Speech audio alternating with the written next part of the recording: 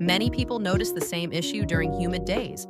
Hair becomes frizzy minutes after styling, curls lose definition, straightened hair turns puffy, and smooth blowouts simply do not last. To help humidity-proof your hair naturally, keep hair properly moisturized. Dry strands absorb excess moisture from the air. Avoid overwashing, which strips protective oils. Minimize excessive heat styling that weakens the hair barrier. Use gentle drying methods to reduce frizz.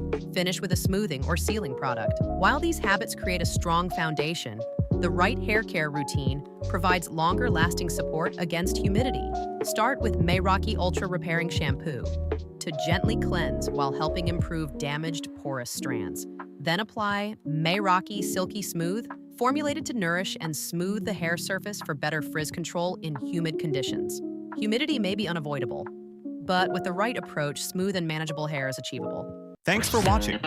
Don't forget to like, subscribe, and hit the bell icon for more hair care insights.